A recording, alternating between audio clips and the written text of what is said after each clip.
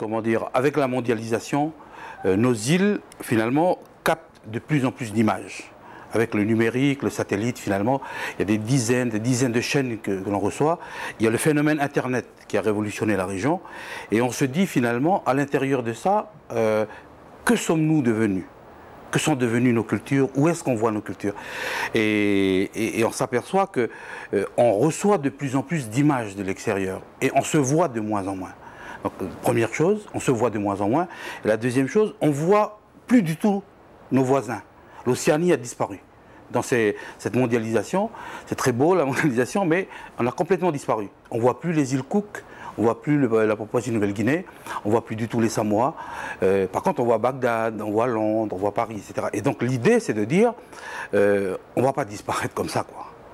Et réunissant, trouvant un lieu, et c'est Papeete, la Polynésie, et dans ce lieu, réunissant ce qui existe sur nous. Première chose. Et deuxième chose, réfléchissant avec l'ensemble des acteurs, les politiques, les professionnels, les entreprises, comment on peut faire pour exister encore plus dans ces nouveaux réseaux, dans la mondialisation. L'idée centrale, c'est de dire qu'il faut comment dire, faire émerger ce que nous sommes et exister comme les autres continents, comme toutes les autres régions du monde. Voilà un peu la préoccupation principale. Je crois qu'il y a comme une sorte d'échelle des priorités. La première priorité, c'est que nous, on existe. Que ce soit les Occidentaux qui parlent de nous, que ce soit nous, etc. Mais il faut qu'on existe, ça c'est la première chose. Si on n'existe pas, on disparaît de la scène, première chose.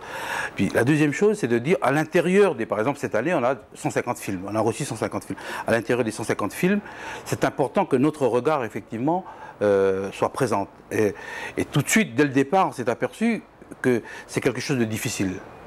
Parce que, pour faire des films, il faut une économie pour les films, pour les documentaires. Donc, nous, on s'est dit, voilà, on lance un appel d'urgence. On dit à nos élus, à nos responsables, voilà, c'est pas possible, on ne peut pas faire tout seul les choses. Aidez-nous à faire en sorte qu'il y ait une économie de ce secteur et qui nous permette qui permettent à nos producteurs, qui permettent à nos journalistes, qui permettent à nos réalisateurs d'avoir un regard sur eux et sur le monde. Et je pense que petit à petit, s'est créé donc le fonds d'aide à l'audiovisuel, la formation avec les réalisateurs de la région, la réunion des télévisions du Pacifique, ça va dans ce sens-là. C'est-à-dire qu'on est ouvert. Vous savez, le FIFO, c'est de culture insulaire. Et c'est quoi une île? Si ce n'est, d'une part, l'attachement à la Terre, parce que la Terre est petite, et donc on veut être présent, on veut exister, mais en même temps, la présence de l'horizon tous les jours. C'est-à-dire, qu'est-ce qui se passe de l'autre côté? Donc nous, on ne veut pas se fermer sur nous-mêmes. C'est bien les identités, etc. C'est important, il faut qu'on le dise, etc. Mais on est ouvert sur le monde. Et je crois que c'est cette richesse-là du FIFO, qui est à la fois cette ouverture au monde et le fait de dire que le monde nous enrichit et ne doit pas nous étouffer. Et qu'il y a une sorte d'attention aux paroles océaniennes. Et parce que c'est nos cultures. Et la parole océanienne, ce n'est pas la parole du passé. C'est la parole de ce qui se vit aujourd'hui, avec nos échanges avec le monde. Je crois que notre ambition au départ, justement à cause de la mondialisation, c'est de dire qu'il n'y a plus de lieu au monde où on puisse sentir les problèmes de notre région. Ça n'existe plus. Ni dans les universités, ni dans les écoles, il n'y a plus de lieu.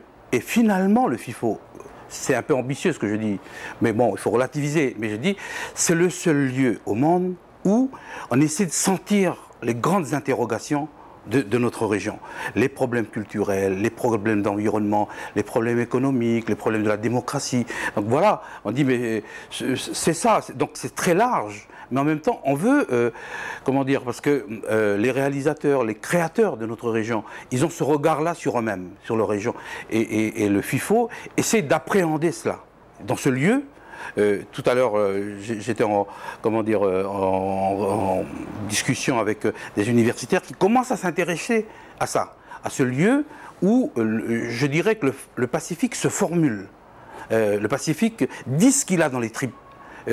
Essaye de mettre des mots derrière ces problèmes. Et je crois que c'est ça, l'alchimie qui fait que le FIFO a une sorte de sens aujourd'hui. c'est un événement qui doit encore plus s'enraciner ici, encore plus être océanien et en même temps encore plus être international. Je crois que c'est ça les trois dimensions. Ici, comment dire, il faut partager le Pacifique. Je pense que l'initiative que nous avons faite au Marquis, c'est très bien. Il faut multiplier ces initiatives-là, peut-être aller dans d'autres archipels. J'aimerais bien qu'on puisse aller dans les quartiers, par exemple, toucher des populations qui d'habitude... il faut que le Pacifique rentre de nouveau dans nos maisons. Le Pacifique avait disparu finalement de nos maisons. Je crois que ça c'est un premier point. La deuxième chose, c'est qu'il faut que la région se retrouve ici. Les télévisions, les acteurs importants de la région se retrouvent.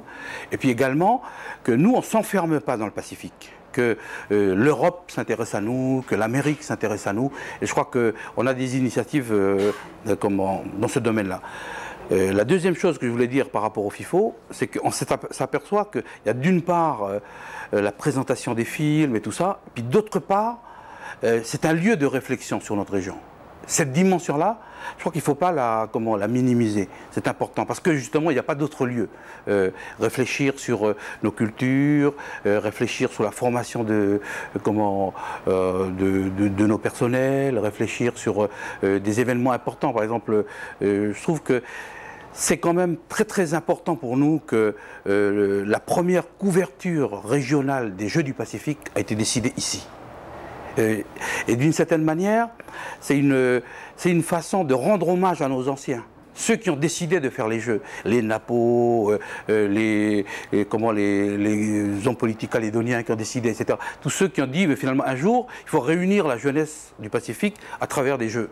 Ben, nous, on dit, mais finalement, et ça s'est décidé ici, l'année dernière, on dit, mais finalement, c'est bien de faire les Jeux, mais c'est bien que le Pacifique voit les Jeux aussi. Et donc là, on a fait 6 heures par jour. J'espère que l'année prochaine, enfin, quand il y aura les prochains Jeux, ça puisse être encore plus. On va discuter sur la couverture du Festival des Arts du Pacifique. Il faut partager cela avec nous-mêmes, entre nous et avec le monde. Je crois que cette dimension-là, il ne faut pas la négliger et on veut la développer.